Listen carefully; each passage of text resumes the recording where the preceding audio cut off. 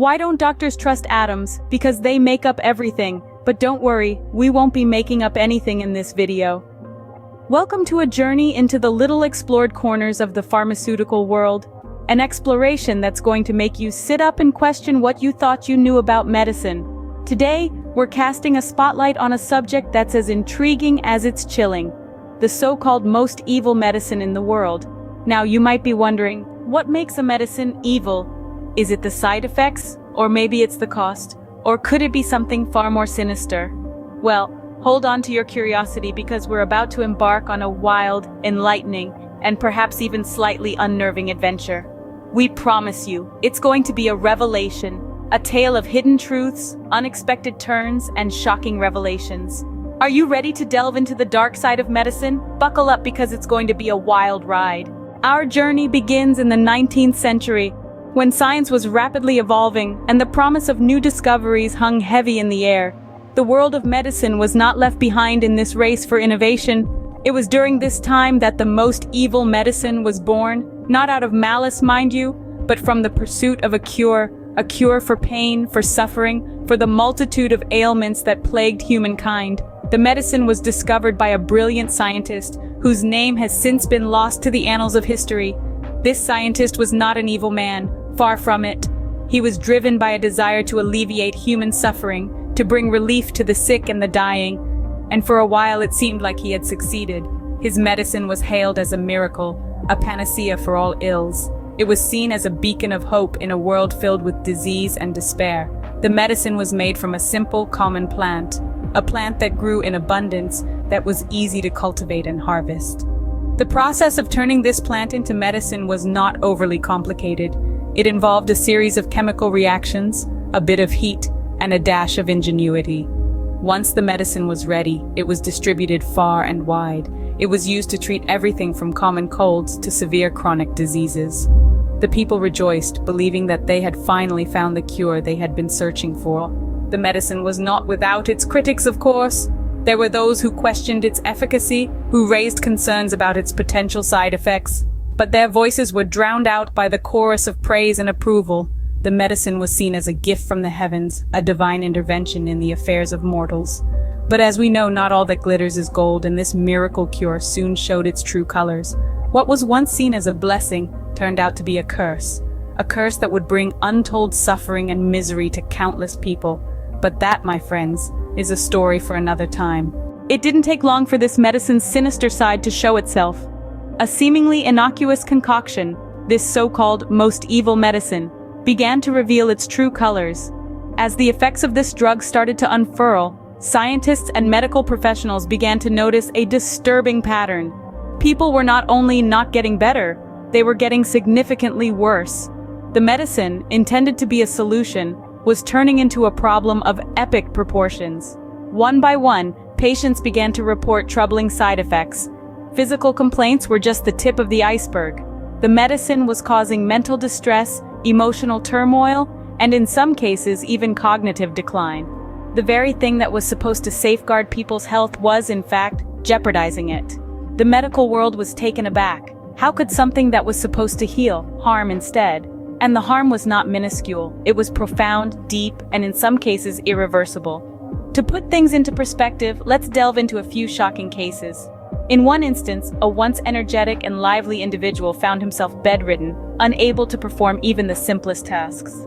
Another case saw a bright young student lose her ability to concentrate, her academic performance plummeting as a result. The statistics were equally alarming. A study found that over the course of a year, thousands of individuals worldwide had suffered due to this medicine. These were not isolated incidents. This was a widespread global problem. The most evil medicine was not just causing physical and mental harm. It was breaking families, shattering dreams, and disrupting lives. The aftermath was chaotic.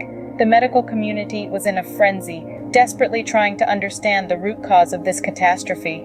The public was in a state of panic and fear, losing faith in the very institutions meant to protect them.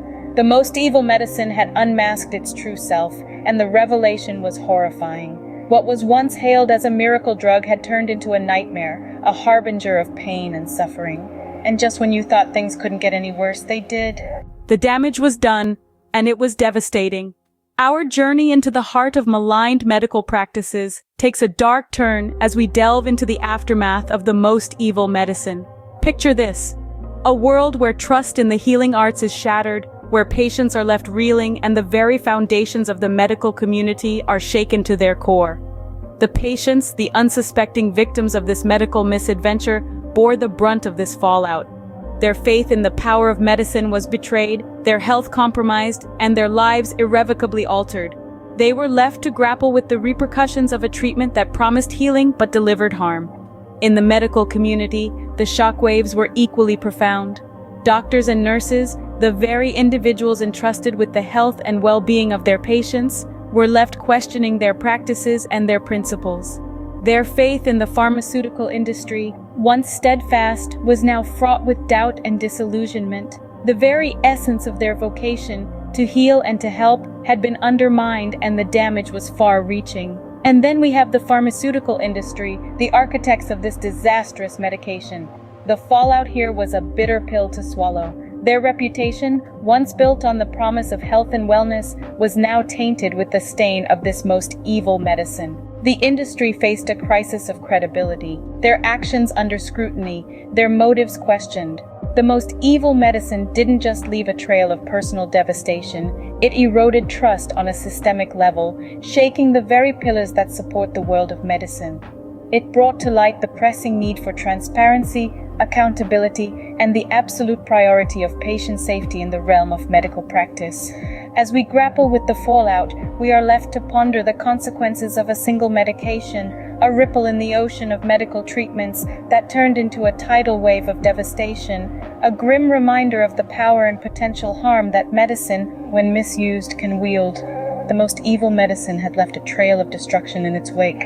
Every cloud has a silver lining, and this dark tale is no exception. The storm that blew in with the most evil medicine left a trail of devastation, but also a wake-up call for the medical community worldwide. From the ashes of this disaster, a phoenix of change and reform rose. Lessons were learned, and the medical community found itself standing at the precipice of a new era. An era where the sanctity of human life and health would not be compromised for the sake of profits or hasty advancements. The first major change was a significant overhaul in regulations. Authorities worldwide tightened their grip on the approval process, ensuring that no medicine could ever again find its way into the market without rigorous testing. Laws were enacted, and stringent measures were put in place to verify the safety and efficacy of every new drug before it could reach the hands of the public. But the change wasn't just legislative, it was also cultural. Medical professionals began to question the status quo, to challenge the boundaries of ethics and morality in their practice. They realized the importance of their role in safeguarding health and pledged to uphold the highest standards of care and compassion. The do no harm principle was reinforced, and it became the bedrock of modern medicine. Moreover, the incident sparked an increased emphasis on transparency and accountability in the pharmaceutical industry. Companies were held to higher standards, and the cloak of secrecy that once shrouded their operations was lifted. The world demanded to know what was in their medicine, and they had to comply. Finally, the disaster served as a catalyst for the rise of patient advocacy. Individuals and groups stepped forward to represent the interests of patients, ensuring their rights were protected and their voices heard. The most evil medicine serves as a stark reminder of the importance of rigorous testing and ethical practices in medicine. Its legacy lives on, not in the pain it caused, but in the reforms it catalyzed, shaping a safer and more compassionate medical world. So there you have it, the chilling tale of the most evil medicine. We have journeyed through its birth, unmasked its evil, witnessed the fallout, and gleaned some valuable lessons. We've seen how this medicine, born from good intentions, became a symbol of harm and deceit. The story reminds us that not all that glitters is gold, not even in the world of medicine. It teaches us the importance of transparency, ethical practices, and informed consent.